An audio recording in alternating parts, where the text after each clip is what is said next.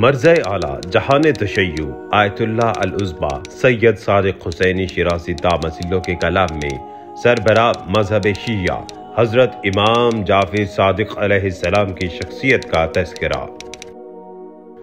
इमाम जाफ़र सादिक अलैहिस्सलाम ने अपने असहाब और शियों के लिए दर्सनामा लिखा और उन्हें हुक्म दिया कि इसे पढ़ें, इसमें दिक्कत करें और इससे गफलत न करें और इसके मुतालिब पर अमल करें, क्योंकि दो जहां की कामयाबी के अवामिल इस दर्सनामे में मौजूद हैं।